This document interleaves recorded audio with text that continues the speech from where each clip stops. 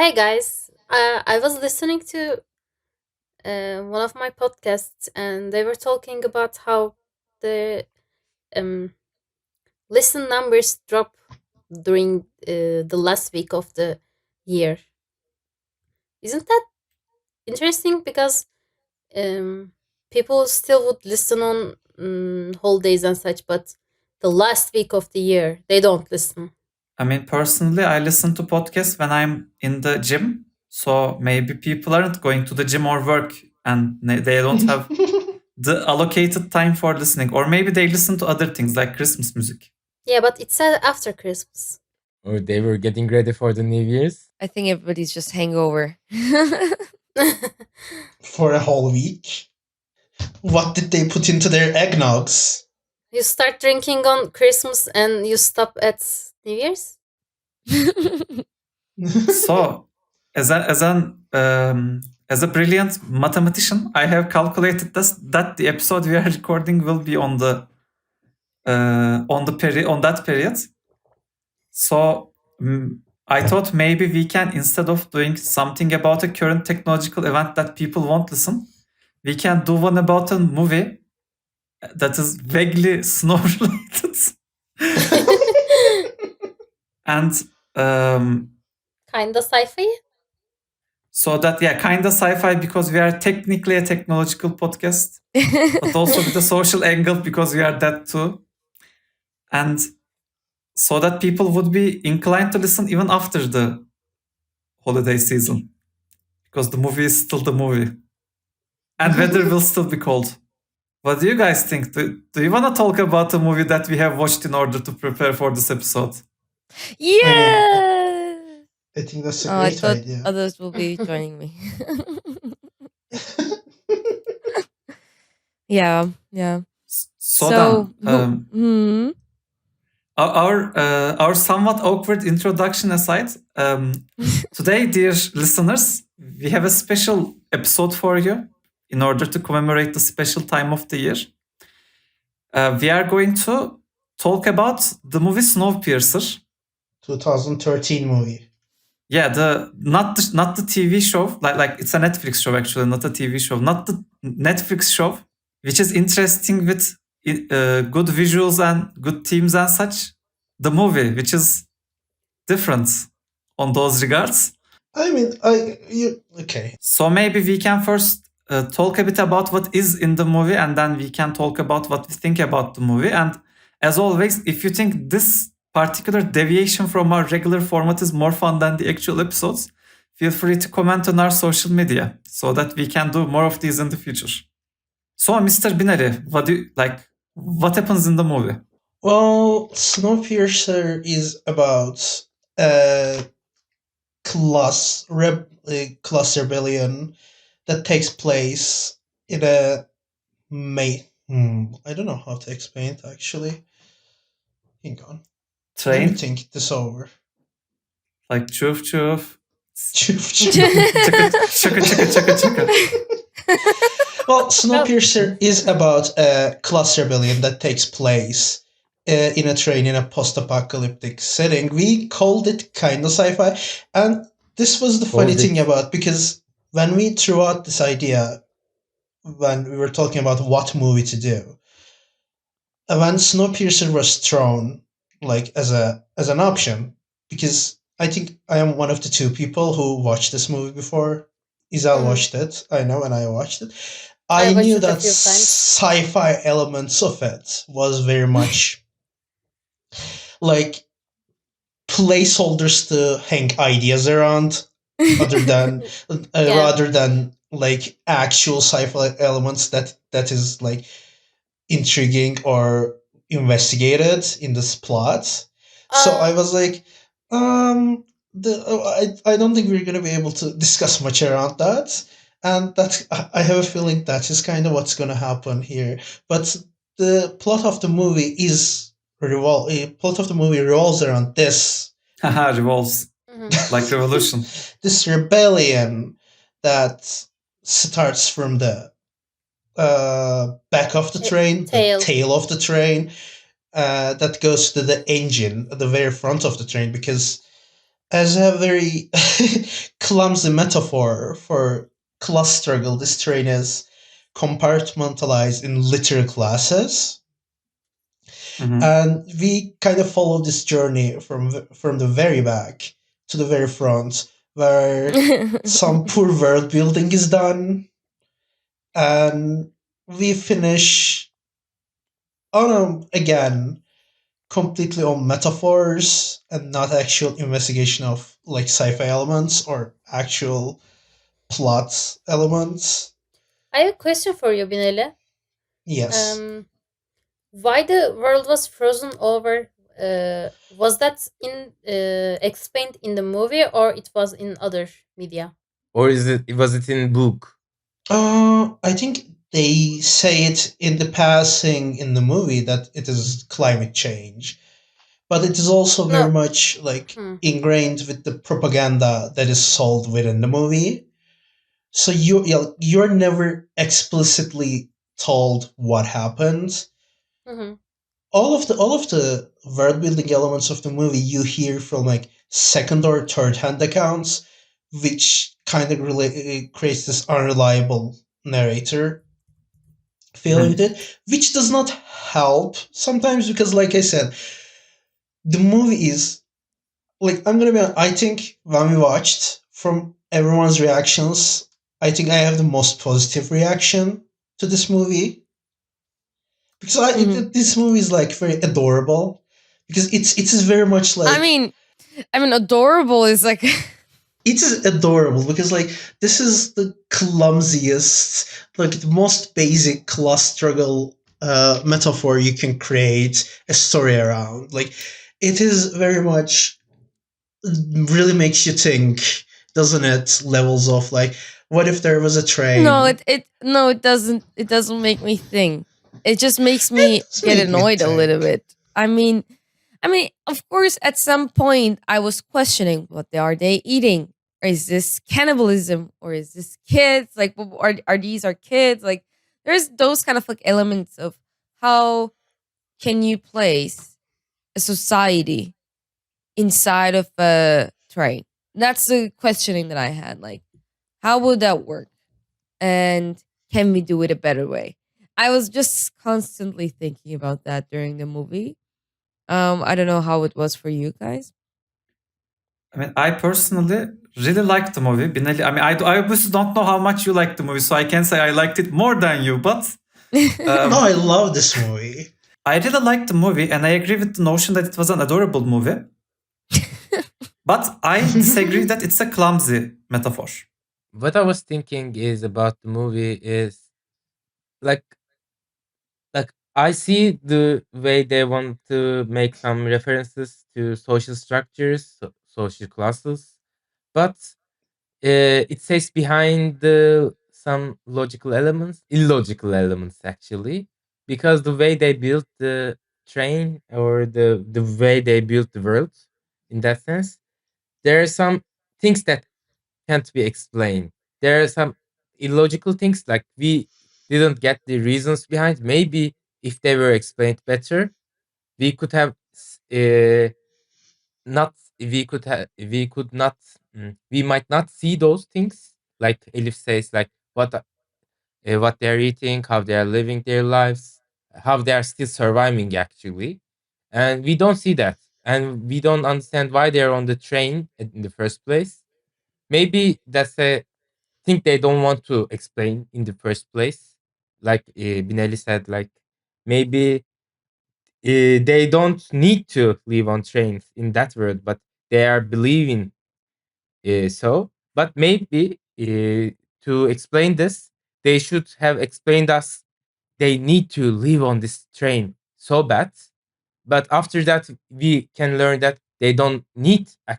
They didn't have to live on that train for that time. Uh, by the way, Okay, Janice, spoilers go about the ahead. movie. Spoilers about the movie.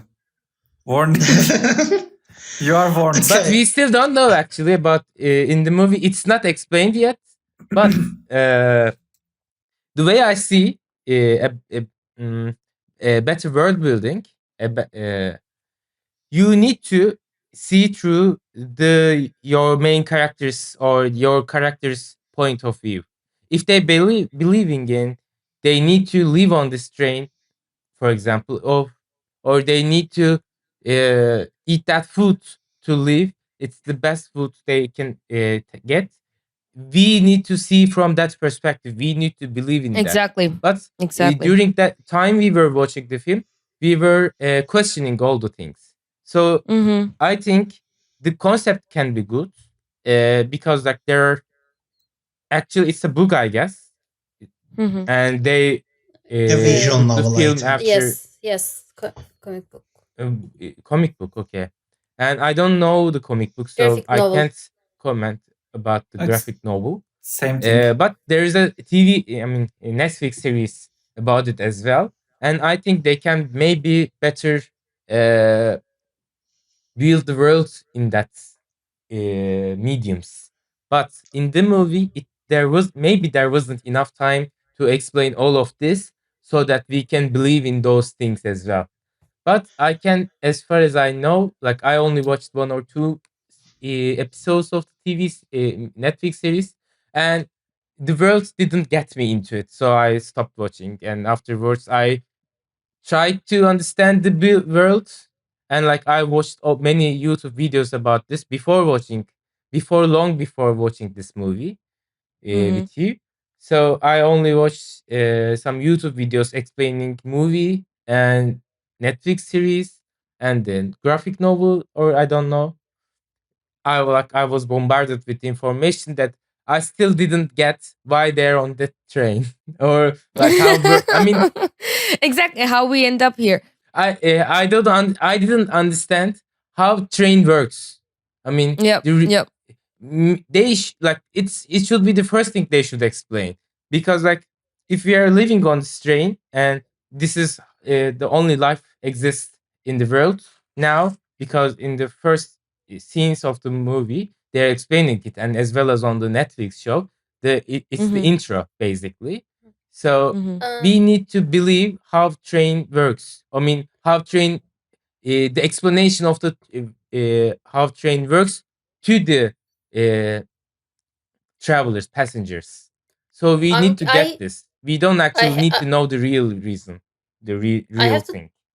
disagree with you, Enes, because the movie starts at the end of the at in the tail, and they know nothing about the train, and But we we should start. understand why they get on the first place on the train, what they were thinking before getting on the train. I think this is explained in the movie actually. I think because Mhm. like I think I remember people talking about this in the relative start of the movie in detail, that they would have died if they did not get on the train. And on that point, I can understand your intellectual curiosity about why that's the case. But I think what the way movie chooses to portray its stories, you don't you aren't immediately bombarded with all this information like the Russian novels, and instead what happens is as you progress, this information is revealed to you. Like Yes. you move to the next wagon and then there are windows and you can see that everywhere is covered in ice, and then you move a little bit more and you get to the place with the Alison Pill and the crazy Alison Pill and the regular children, where you are shown I that would say I would say Regular, children were crazy as well. yeah, I the agree. people every children is kind of crazy, I think. So I wouldn't. But you see that the people who tried to escape died, and you see their frozen statues in the view. Like it is maybe not very direct. You aren't thrown these information. Like the show maybe does a better job at explaining things, the Netflix show, but in the movie you are given the information that you require in order to understand what is happening. Like you see that they're eating some gross, disgusting thing, and then later you learn that it's bugs. I mean, it's And going forward, you see the sushi wagon, and you are immediately like, "Oh, but some people are eating sushi. How is that happening?" Like, Exactly. And Yeah. I also didn't get it why the main character get disgusted from the bugs they were thrown into their food. And he said like, "Oh, you shouldn't tell this to the other people. They can't eat it." Like I completely get disconnected from the movie at that time. Like I when I was watching like when I'm watching a movie, I need to be get inside there. I need to be in the world. I need to believe in that is the reality. But when I get some illogical thing, I get disconnected, and then movie is a joke after that for me. I mean, like I said, the movie isn't necessary. I mean, Binali said this, but I said it before the recording. The movie isn't necessarily a very sci-fi oriented movie. It is more of a social science fiction kinda. Like social science is still science, so I don't agree that this isn't sci-fi, but it isn't what you would expect from a sci-fi movie. Like there isn't there aren't holograms and high technology flying cars, that kind of thing. But I still think it's sci-fi. Like they are imagining a particularly different version of the world, and they are imagining a society. Like the reason we associate sci-fi with spaceships is Star Wars, which is barely a sci-fi movie, and Star Trek, which is barely a sci-fi show. What my point is not about technology. It's about social sociology, I guess. The like they can get discussed by bugs eating bugs, but they don't get discussed by eating uh, themselves. That's the point. Like they did that, but they can't eat bugs. Yeah, but not everyone was eating people. But I think eating bugs is more superior than eating people or even child. No, it was kind of mentioned that like before the bugs arrived, before we had the protein bar, we had to eat our food. That part. No, I don't think they chose eating themselves. In the first weeks, they were not giving food. But they were eager to eat. I mean, look, I agree with Enes because that's one of my And primary. like after like in the last part, they said, "Oh, and it was delicious." Yeah. I mean, not Yeah. delicious, but children is better to eat. I mean, the younger the people, it's better to it's tasteful. So, but they can get disgust eating bugs. He get disgust. He get disgust eating bugs. And after the reveal of the protein bar, how the protein bars is made, he didn't eat any of that. Okay, so first of all, I would like to say this as the Inconclusion podcast, we don't condone eating people and or children. But I want to say there's a science behind that. As you get older, there's this chemical accumulation in your body. So it would make sense that younger people would have better taste because the chemical accumulation would make you taste worse. I can see how that would happen. I mean, that's why we don't eat. This is the thing. This is the thing, though. In the movie itself, it is explained that that was a practice they were able to put behind themselves, and that was 17 years ago.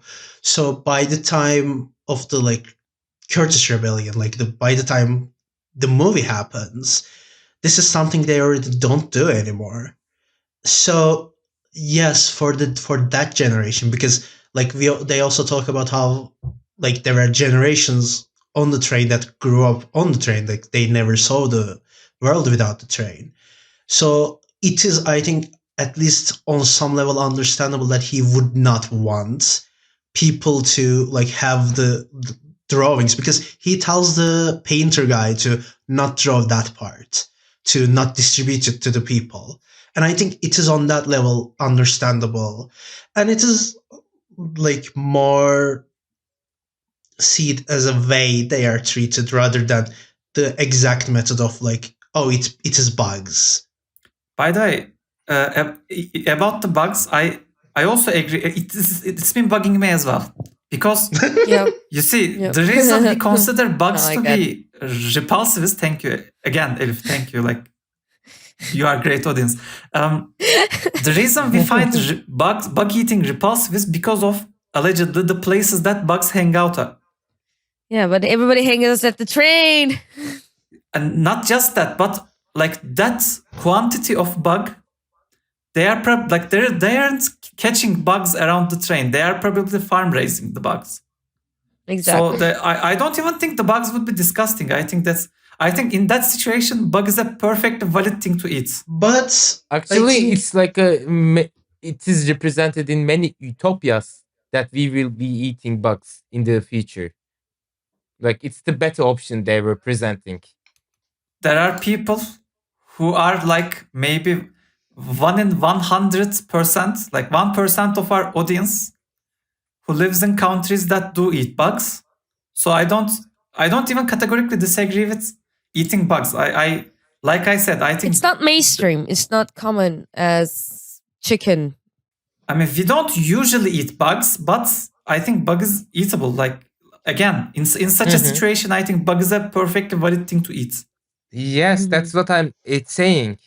I have a comparable beef. I think the tail people are ungrateful because this is not discussed explicitly. What? This is not discussed explicitly in the movie, but from the surrounding material I noticed, the reason tail people exist is because while the train was departing, there were these people out there who would have died by freezing, and the train let some of them in order them to not die. And the way they respond to not dying, The train did not let them in. They forced their way into the train. the wagons that tail people live in are very easy to detach. And honestly, if I was Tilda Swinton, I would have detached tail years ago. But the thing this way, like I mean, you couldn't because there is only one rail that goes around the world. Everybody on the train died because of tail people. That's Not how because the of movie tail ends. people. Everybody on the train dies. not exactly, but like the train was able to control and continue moving because of the tail people. You know, that was the premise. That's not They true at thought all. it's like they use them as a because of the kids, because of the kids' resource. labor from the. I mean, that's the weakest part of the movie because it doesn't make a lot of sense to it doesn't make much sense to use kids in that regard, and like that being the linchpin of the whole story, that this is what we use tail people for. And I think that could have been maybe reinforced by something like stronger. I agree. I think a better version of that plot wouldn't be kids have little arms, therefore we are stealing tail people's kids, but maybe kids' hearts are useful in the machine or something like that. Like, how can I explain this? I think if they were making food out of children, it would be better explained. Making food out of children is never a good explanation because of the biomass and how entropy works. But on that regard, I am still not very sold on how I don't think the train makes sense, but I don't think train needs to make sense either. I don't think train needs to make sense, and I think I'm gonna also push back on I don't think we need to know how the daily life on the train works. Like, I don't think we have to know how people live on this train a day-to-day basis to make sense of the movie. But how I'm going to understand the main character's struggles? The main character doesn't have a struggle. It's a class struggle. The main character isn't important. That's the point Binali is making. The characters aren't important in this movie. The important thing is the class struggle. But they frame it that way. They like the way it's shot is that way. We need to understand their motivations. They're important in the sense that in the sense they represent things, not as characters themselves. Like, Curtis himself does not have much of a pathos outside the rebellion leader. I mean, that's the whole thing behind also the leader who doesn't want to lead thing they force onto Curtis and onto you through the narrative. Like, these characters like Gilliam, Curtis, Nam, these characters all represent players in a class struggle rather than actual characters. Which is why, like, when you get to the end of the movie and you see Wilford, it's very much like a caricature of a character. I mean, same is true for the like teacher character Ellison Pill plays. Yeah, the upper classes. Yeah, exactly. So I think, I think there's a principal difference between Alison Pill and Curtis in that I agree with the notion that none of these characters are characters, but there's an important distinction, and that look, I don't think I'm a very good actor necessarily. Like if you put me in a movie, I would probably not do a very good job. But I think Curtis' character was very bad casting, and like I don't know. I'm not gonna say the guy plays it badly. Maybe he's directed badly. I don't know. But throughout the movie, he is never not smiling like a high school joke. Like Yes. never ever. Like the guy is always a joke. I am always feeling like somebody's gonna throw an American football to him and he's gonna start running like across the whole movie. Exactly. Netflix show has much better casting on the substitute for the Curtis character. Like the black guy with the Rasta, he's great at doing that. Like I don't necessarily like the character, but I love how the actor portrays the character and how the character is more like he can drag people around him. The Curtis character is just thrown there, and I don't like that. Korean guy is the polar opposite. Korean guy is great. Korean guy is amazing. Amazing. I completely agree. His motivations are the stupidest motivation, and in the end, he kills the whole train. But he's a good character. See, that part I don't agree with, but I think I am of two minds with Kurt's character.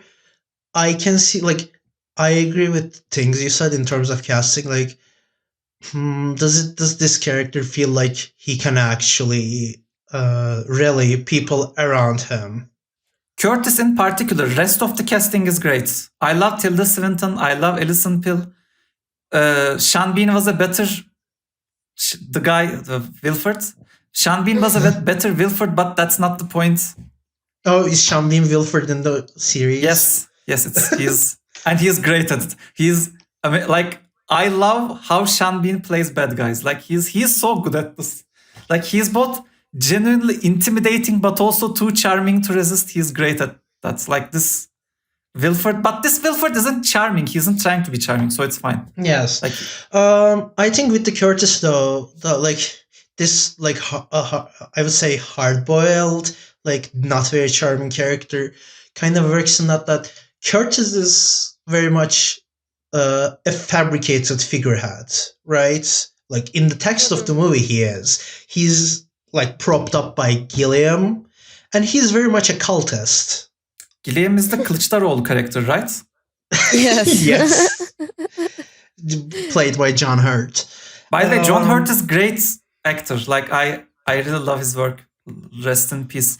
He died, right? Yes. Saying strong. Yeah. Okay. John Hurt is playing it great. He's good acting. He is acting good, and he plays a good character. Like I mean, not ethically good, not the type of character I would like or vote for if he ever tried to pull the same thing again. But but I think the Curtis isn't the case. Like, I think the casting choice was bad for Curtis. Yeah, that's my point. I think the Curtis character is too American joke to be like not joke like like I said, American football player. JOCK. Too American football player to make sense for that role. Yeah, I can see that. He was played by Chris Evans, right? Yes. Yeah. That is Chris Captain Evans. America. Yeah, exactly. Who is another American football player disguised as a character? Like, I mean, it's just weird because Chris Evans does have the range to play other characters. Yeah, like, I yeah. watched Knives Out, and he's great in it. Like I said, maybe he's directed badly. I don't know. I think the styling of Chris Evans was great because he didn't look like himself. Yeah, like a typical way of him Yeah. being Yeah. this blonde, And to charming. add to Izel, Yeah. actually, I was thinking about the timeline. Is it before all that Marvel movies? It is before that. Before he was. No. It would be. Like It's between. maybe we are seeing Chris Evans as so American joke because we have seen him as a Captain America so much. I mean, Maybe honestly, that's Yeah. I haven't recognized him at all while watching the movie. What I Yeah, same. recognized was this large-looking, smiling guy who who wouldn't be able to portray being in a stressful situation if his life depended on it. No offense, Chris Evans. I am sure you are good at stressful situations, but consider this, Spinelli, and other people too. Imagine the guy from Person of Interest played that role. No. Yeah, I can see that. Do you see how much better that would have been? Like, do you see, or like Erdal Beşikçioğlu from Turkey? he would have, or the other guy, like the bad guy from the show. We will definitely I put don't a remember link his name. of Erdal Beşikçioğlu in the show notes. Yeah. Like, imagine how insanely better it would have been if he was playing that role. He would have really delivered that problematic situations happening around me, and I'm not happy about this. Like, he wouldn't be smiling across a frozen post-apocalyptic world Okay, but like, and looking nice to everybody. I guess like for me, I got so distracted the way the train was built. I wasn't able to get into the beef between the classes. I was so stuck with, okay, from the school we entered the sex dungeon club. I'm like, where those kids go? Okay, now most of them are dead, but still, like, where these kids been so far? Maybe sex dungeon only works during the school hours. Like, when the school is over.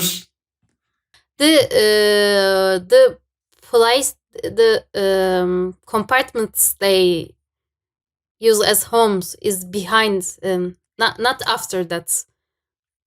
They went through their the horde went through that part without any problems, so it was quickly glossed over. But the sex dungeons come later. I think Okay. I think the scene that they shot across each other from around the train, like they were rolling in the circle and they were shooting at each other. I think that happened in the living compartments. Oh my god, that was such a stupid scene. Yeah. Mm-hmm. Like, it is a stupid scene because consider the following. We live in such a train that when you stick your arm out for too long, it freezes over. But they are making holes on the train. Well, not only that, but That's the also later explained part or the later cliffhanger part, I guess. What's the cliffhanger? Like maybe we talked about it after watching the film with Binelli and you actually. Maybe like that is they go count on. the time of 7 minutes or so while doing the frozen up scene. So maybe that's some part of the world that is still cold during the time. So after that, there were no real danger of, like, the world is not that cold. It's all a lie to put people to control people in the train. So they show only that part of like in the 7 minutes window, literally a window. They only show that, but after that there is no real danger of people will die of cold. And at the end of the movie, it still revealed that there is not outside the train there can still be life even though it's still cold. And like it's throughout the movie there are still it's still snowing, and if the world is really frozen, there won't be snowing there will be snow everywhere, but there won't be A temperature that is like actually allows snow to appear. snow to fall. Yeah. You are probably thinking water wouldn't boil. It doesn't boil, but like water wouldn't evaporate Yes. Exactly. and form the clouds, which then become rainfall, which is true but misleading. Like still, like when you think about the Antarctica, there is no snow falling. Like It's basically a desert. Okay, look. There is very little precipitation is the word you are looking for. There is very little Ye- precipitation in Arctics, that's true. But in such a situation, what you would see is strong winds lift snow from the ground and move it around. Yes. So Okay. you would still have clouds and fog in such environment as well. But it wouldn't be water fog, but the type of thing that snow going around. In fact, there are various natural hazards you would encounter in a frozen wasteland. One of them is sun coming from the sky and shimmering and creating very bright lights, which would eventually start harming your eyes.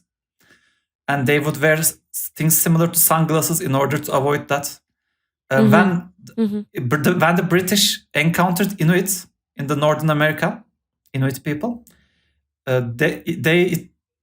they lived in a place more hospitable than the one portrayed in the place Inuit live, the place where Inuit people live isn't covered with snow around the year. It is only snow. Snow covers the place about half the year, which is still very inhospitable, but better than the places train goes across. And they know all kinds of different tricks to survive in that environment. But before I start saying how everybody on that train is gonna die because of the Korean person, no offense to Korean people, I am sure most of them don't kill trains. I want to say this. It is not explained in the movie, and I'm not sure whether it's explained in the book or not, but it is explained in the show. And I'm gonna tell you why the world is covered with snow. You see, there is this highly speculative sci-fi concept that is discussed when we are talking about lowering the temperature to negate the effects of climate change. And it is basically this. We can release very large amount of gases to the atmosphere and make it so that light cannot penetrate. So the temperature is lowered. It is similar to how, after a volcano, there's this volcanic winter or Yes. that concept, but we are doing it on purpose this time in order to lower the temperature. Okay. So the setting Snowpiercer is set in is humanity tried that as a last resort against climate change, and they failed spectacularly. They overshot badly, and now everywhere is covered in snow, and sunlight cannot penetrate Oh wow. because the atmosphere is thickened with this failed experiment. Amazing work, team. Again, But in like the if we show, go back to, I guess, or maybe please continue. I'm sorry. in the show, before they even start discussing about leaving the train, they do experiments and they do weather models, things like that. They aren't exploding the train mid-journey and trying to get out. This isn't the way this is done in the show. They did great. I don't know what you're talking about. I mean, that's the clumsy part of the. When I say clumsy, that's the part I'm talking about, though. Because this train is a perpetual motion engine, right? Which is a thing that does not exist, but we accept that it exists in this setting. Exactly. We are okay. I convinced myself that there is something nuclear going on and it wouldn't run out for the next 200 years or so. That's how I made it to make sense in my brain. It is explicitly said to be perpetual engine, though. No, they say that, but it might be just propaganda. You're right. That's the thing with the. But the problem is Eternal engine. the problem, the clumsy part for me is for this to be. It doesn't have to be that the front section exploits / uses tail section for this to be a story about class struggle. But the way they did it was they do that, but it is the most convoluted, unnecessary way, which is stealing the children and using them as engine gear parts, which they don't even have to do. really? Like this is a train that has like I am assuming more than 1,000 cars. Like That's did also they? never discussed in like during the movie. We never see the train from front to the tail in order to keep the exact length mysterious. I think it's a cinematic trick. Yes, I think it is intended to be.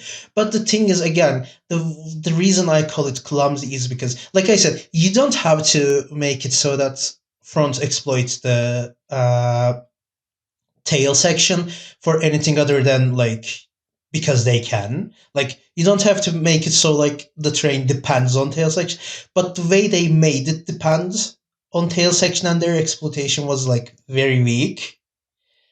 And I mean the way I don't know how you guys said. I mean you Elif and Enes already talked about being distracted by like the train's logistics to pay much more attention to the social aspect of it. So I don't know how you guys kind of saw it, and I think this is the part we disagree most with John Dennis in terms of Nam and his motivations. But like I said, this is very much characters as ideologies kind of movie where you have on one hand have Wilford, on the other hand have Curtis, and on the other like on a separate spectrum of it, you have Nam, the Korean guy. And while this is Curtis's rebellion, while this is a class rebellion, during the movie, you get shown like through visual storytelling and through dialogue that the tail section revolution is not like very like this like wholesome heartwarming like we are taking power back kind of revolution. They're very much intending to we are gonna be the front people kind of rebellion. Yes, it's i think i replacement. think i think like you can see that in like the sushi car, the way like they actors Tilda Swinton character. You can see that in their dialogue making it to the front.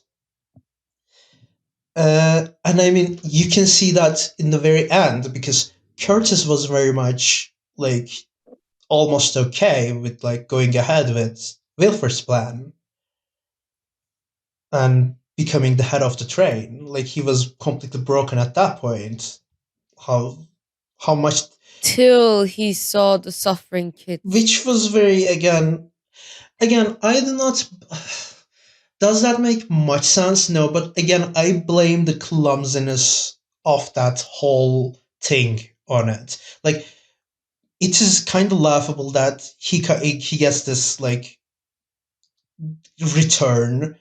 He gets this change of mind because he sees that children, but the fact that children are there and used as the gear parts is the clumsy part to me. So that is why I can I think at like least excuse a By bit. by the way, like in the movie, Wilfred says that, oh, Curtis, you are the first one to come to tail to the head of like the Hmm. main like compartment. he is the American dream. He is the successor who made it from nothing and came to the top. You Successor know, means the like person who comes after the other person. He is the oh successful. Is the yeah, sorry. thing you are saying? But But okay, the, listen. the real thing is actually he's not the first one. Tim is the first one. Maybe the other children was the first ones who come to the Oh main yeah, compartment from yeah. tail to there. You are right. We found the plot hole. We found the plot hole. The movie, bad movie, cinema sins. Ding. Now look. Yeah, but to be fair, Wilfred doesn't see those children as people. They are machine parts. Look, here is the thing that I think everybody in the train is stupid about. We see that, like in the start of the movie, I am okay with the concept because, like, the tail eating itself, Yeah, fine. especially when people are put in a situation where they need to kill in order to survive. And this is why the first season of Squid Game was very good and the reality show is not very smart about its premise. You see that when people are put in a situation where they need to kill other people in order to themselves survive, we would expect them to do that. However, here's the thing. Wilford doesn't put children in the engine because he is a sadistic person. Yep.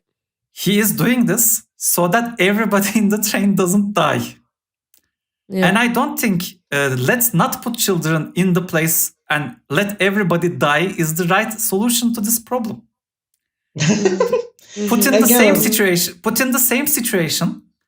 I would hate the fact that I am killing children in order to keep the humanity alive. But I think it is the responsible thing to do is not dying. Yep. Like, Yep. and I don't even think there's I don't even think there's a moral problem with this. Like, you can maybe talk about the way you choose exclusively the tail children is a problem. You should also be putting rich children to the place. But I don't think putting children From the Wilsford's perspective, I mean, just take it from the Wilsford's perspective. If he knows the train is a Fox thing, like you don't really need train to live because the world is not that dangerous. If you know that and still use children to control people to believe in, to make them believe in that's the only solution to live, like there's no life outside. If you want to control this and use children to still continue this, you're doing bad. But I think Wilford knows that there's life outside. first of all, throughout the movie, we are never given a single reason to believe that Wilford thinks there's life outside. Yeah, I was Yeah, gonna say exactly. So I don't think that makes sense. And like in the show again, this is handled slightly better because they have scientific reasons, like they do measurements and such, and they are relatively certain when there is whether it is safe to go outside or not. And I also think the Korean guy's reasoning, like even if you can go out and there are polar bears outside, I don't think it is better than staying in a train where you can safely eat bugs. Like, some things can survive, even if some things can survive outside, it will almost certainly not be you. Like, you can't survive in a place where polar bears survive. And by the way, polar bears shouldn't be alive, but that's a whole other thing. I mean, Yep. like they can use the resources of the train. There are so many railways around. They can still exploded the train. There is no train anymore. I mean, They are gonna have die. to use train and create a city and a town to live in a safety Look, environment. I love Frostpunk. It's a great game. same. I think the thing is they could have the perspective is Wilford could have easily stopped the train to let the people this is the problem when I say again clumsy. When you could have you could look at it from the perspective of Wilford could stop this train and let people go so that they can try to survive outside when now the weather is survivable, right? But he continues to exploit them. But the way he exploits them is so out of any proportion because I'm sorry, using this is the biggest linchpin of the movie, using children as gear parts in a one wagon engine, and it's that does not get into the proportion of the unnecessary exploitation tail end goes, and it doesn't also it doesn't also justify the entire premise of this is a train that is depicting a closed class struggle situation, which is why the most important parts of not most important, I'm sorry, most interesting parts of the movie is the teacher wagon where you see how the brainwashing of Wilford goes. Exactly. Yes. This is the problem with the movie, I think, in a sense that apart from Nam, Tail this I feel horrible for saying this, but apart from Nam, the Tail people characters matter so little in terms of pathos. Like, Nam is not a tail person. Nam lives in the train, but is treated yeah, badly by the train. He isn't a tail person. Yeah. He's one of the essential crew. That's why he knows about gates. hmm But the thing is, again, I cannot look at it like I cannot look at this movie fully from like a oh, this makes sense, this world building makes sense, this world building works out, etc. part. So I am looking at the class struggle ideology part, right? And the reason I can stand with Nam's perspective and his motivations is when we look at this on a purely like class war, class struggle basis, we have on one hand Wilford who is brainwashing people that he is needed, his engine is needed, and his engine and his train must run at any cost. I don't think it's It's his his train. train. Is It he is the his one who train. made it? It is his train. It is his train. Everybody else in the humanity died, but Wilford and his people didn't because he built a train. And that's the way Binali is talking about this guy. But please continue. I mean, that doesn't change the fact that he is actively brainwashing people, and it is 17 years in, and it is like life exists. I also didn't understand the way they get on train as well. Like I think like climate change does not happen instantly. Like the world didn't get frozen. I mean, world didn't get frozen like instantly at one time. When they get up, board on when they're boarding the train. Like, do you remember the movie 2012?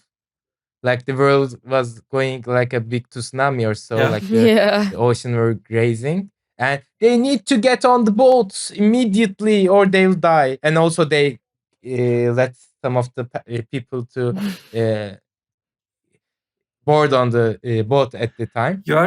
You are talking about the movie which the scientific explanation was neutrinos have mutated and they are heating the planet, right? That's the movie you are talking about.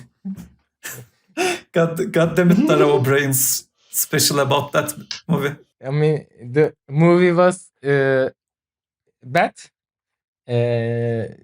Movie was big, so I thought, like, I don't want to compare this movie with that movie. That's what I'm like. I don't want to do that.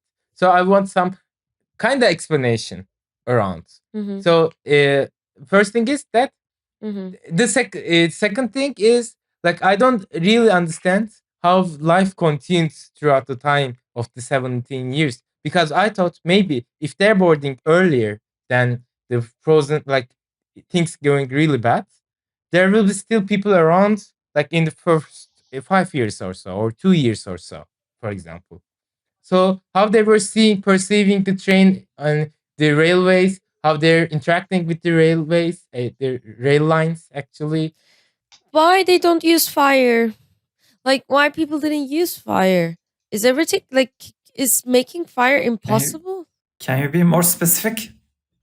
Like just the frozen age existed and our ancestors were able Ice to Age. make a fire. Yeah, like Frozen Age is a movie franchise. Sorry.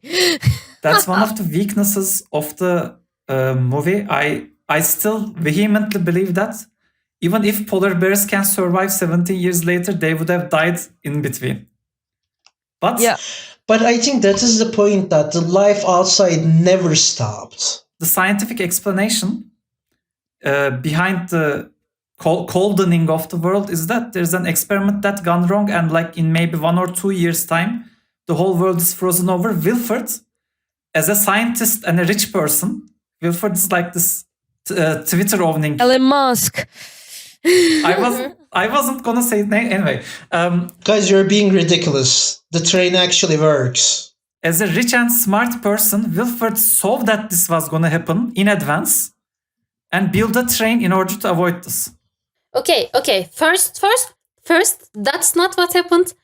Wilford was obsessed with trains, and he made the train before this was gonna happen.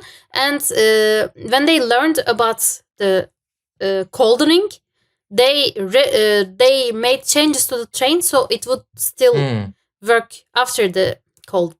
The train was made self-sufficient even before the World going.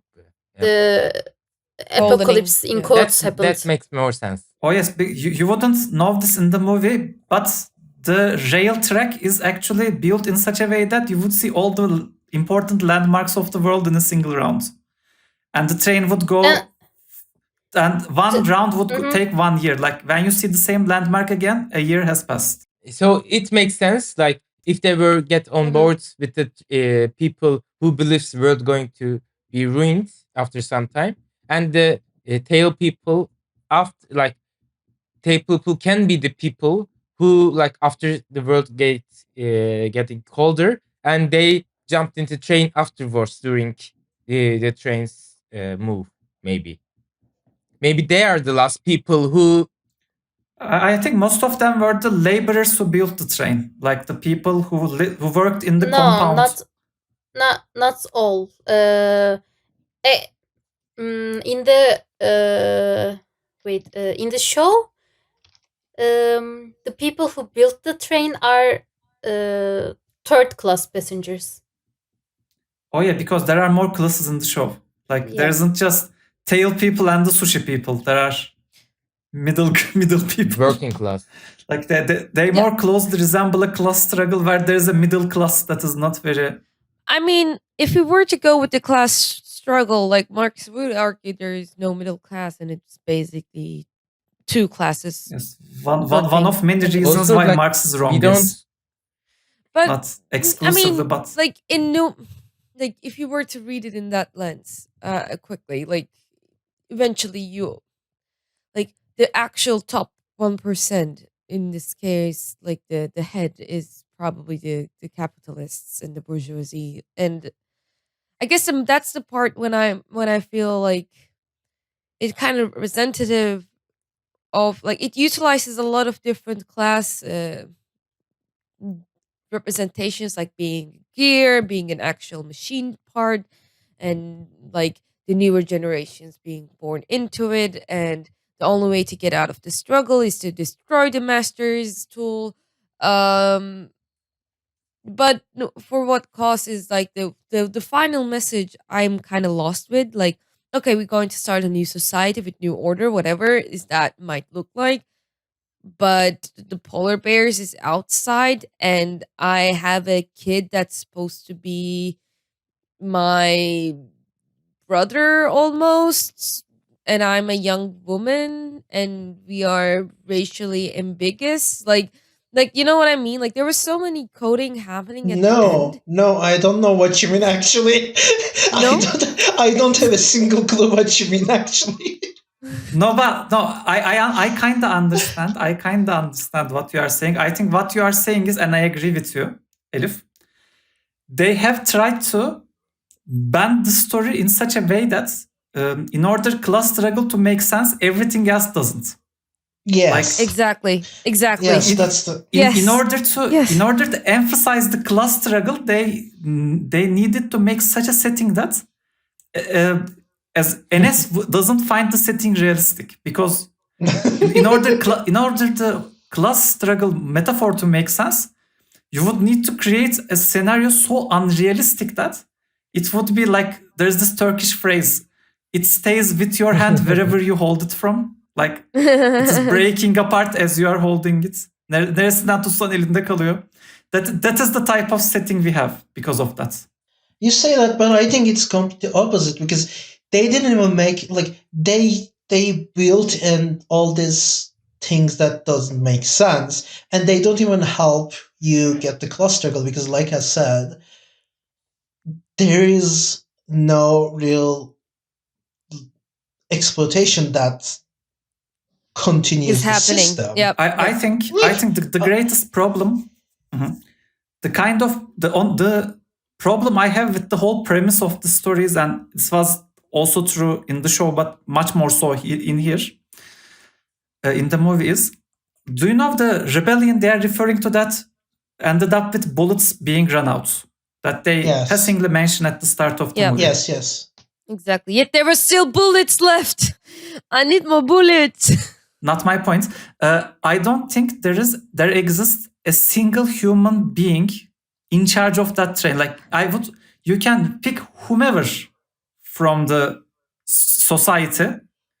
I don't think there's a single human being that wouldn't have severed the tail at that point in time. Because, Yes, because at that time the children requiring wasn't even a thing back then. but no. The thing is, at the end of the movie, it is explained that alongside every other rebellion was motivated like from the front. Oh yeah, the Kılıçdaroğlu person explains this. No, the Wilford person explains this. They are so working together that I can't even differentiate anymore. But again, like that's the clumsy parts, and this is why.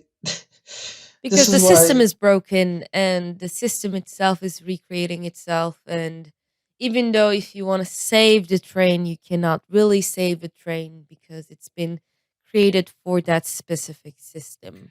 Oh, and Because by the way, that's- Yes. I really want to retort to Enes on that regard. There isn't a point. Binali is more right in this. I don't think anybody on the train wants to get out except Nam. Nam is the only person who wants to get out of the train. I think everybody else is very happy in the train. Also, Yep, or the people who get outside the train already have left the train. I think this is Before perfectly addressed in the third season of the Netflix show.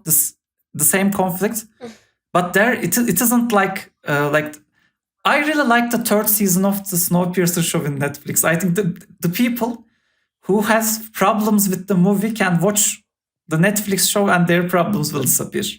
That's my general opinion about the movie. That's the thing, though. Again, that's what I was talking about, though. The thing is, again, the characters and what they represent is. We put this like tail versus front thing, and like I said, tail's objective is very explicit to take over. It is not bringing justice. It is working class will take over. It's not even working class. It's not even that. It's that we will be the ruling class. It's not the working class. They are not working. And we don't see the working class struggle as well. Like, we Yeah, don't that's the thing. Like, that's why I'm so pissed with this movie. Yep. By the way, we don't see the motivations of the tail people because everybody from the tail who isn't Curtis no is dead team, only by the team. end of the movie. Like maybe the other people would have Team different as well. opinions. We don't know because they Team die. lead. Also, like, Who's Tim? Tim is the a small kid Tim died. who But worked in the head compartment. Dead. The main reason. Save my kid, Curtis. Oh, okay, he's not dead. He's Yeah. alive. But his mother is dead. Like the woman who is Tim's mother wants her child back. Like she doesn't care about the class struggle. She only wants to take her child. yeah. But she died. So her motivations no longer matter. If there is only 2 children working in the head compartment, it's also nice for 17 years. I think it is my understanding that you would need to change it every few months. But like I said, I think you would sacrifice children so that the humanity survives. I think that's I would have done it. I think everybody would have done it. I don't understand like how much they can use a cat for some extent, like maybe 5 minutes or so. Like obviously it would depend on the kid. Like different kids have different properties. So I wouldn't say minutes because minutes would have we would have been long. I mean, they would have been long dead. Like I think maybe like a few months or so. But like with a kid, like you're putting a kid in the small part, and you want a repetitive task. They want you want them to do a repetitive task for how long? I don't know. You don't give them food. Do you give them food? That's the voice Until they actors die. in Nickelodeon. How they meet their needs? How can like how do they pee and stuff? Like how they do those and how what they're eating. Like there should be some times and breaks, and also they need to do that continuously in a way. But my point is that there if there is more kids or children in the head compartment, they are also living again. Cat? Oh, so what you are saying is if there were like No, 100 not children that and they much. worked in very short No. shifts, nobody would have Oh. died. Oh, No, but that's what you are saying essentially, is right? Like if you had a large quantity of children that worked with short shifts, they would have overall survived longer. Maybe- That's what you are saying. not that. Yeah, not but the that point much. is, And I am taking Enes with me. He is like me. He's okay with sacrificing children in order to keep humanity alive. He wants to optimize the sacrifice children are making. And I am taking Enes to my train. And like make them believe that like also if you create a currency and make them believe that they are doing nice, and if you pay them and oh no. Yeah, like I said, Enes is perfect for By the the way, train. like, I want Enes in my train. like I'm completely out of topic. Now I will talk about. I looked at IMDb page of Chris Evans, and he took the first Captain America film before the Snowpiercer movie, and like as you may know, or if you watched, I didn't watch. He get like defrosted. Am I right? In the first movie, yeah. Defrosted? Oh Yes. yeah, he. Because nobody survived. Everybody died except for Chris Evans, who got defrosted later. Yes, this is great time continuity. I didn't watch that movie. Like after first 3 Captain America movies, not the Captain America, 2 Captain America movie, 1 Avenger movie, and he played as a Mr. Freezy in the movie called The Iceman. There's a pattern with Chris Evans, I think, like because the second movie, second Captain America is Winter Soldier, which is like, he knows about winter soldiering. First Avenger, Super Soldier, and the Avengers, and the next movie is The Iceman, with the role of Mr. Freezy. And Whoa. I'm okay with the casting of Chris Evans now. And also, I want to my concluding remarks is I like the guy playing Nam. I think he plays it quite well too, but I think the motivation of leaving the train in order to create a new society is both at the same time the least developed motive in the entire movie and is the conclusion of the movie. So I think maybe there's a bit of a problem here. Like I understand that the messages break the chains, but what the chains are and the rationale to break them isn't well explored in the movie. Like the main thesis of the movie is the least explored thesis in the movie. All the other Yes. theses I are think- more explained. Again, I think the class metaphor is so clumsy that the break the chains motivation of Nam, like break the wheel, break the system. Yeah. Motivation of Nam feels the most out of place one, even though it is still the one I more Yeah. sympathize with. And that is Like- why my closing remarks would be Mhm. if you want an actually not clumsy, because this movie is adorable. I love this movie. But if you want a non-clumsy class struggle movie from the same director, go watch Parasite. It is so Yeah. much better. Definitely. Oh, It is yes. infinitely better. Parasite is basically if Weapons of the Week was a movie. Like that's the experience you are getting. Did you finish watching it? Because I only watched half. No, but I of it. see where it's like I wanna maybe we should for the next holiday Yeah. season we should do the Parasite. I watched 5. Yeah. If you like this episode, please subscribe us or follow us on our social media accounts as well, and say what you're thinking about this kind of episode that we are talking about movies or such. We are commenting about those. Also, you can kinda do anything. You can do anything on social media, and wow, and yes, do that. Yeah, like if the world freezes over and you're stuck in a tail of a train, you wouldn't be able to do those things. So comment while you still can. By the way, Inconclusion has reached 500 listens. thank everybody for their contribution to that number. Yay! Bye bye. Thank you.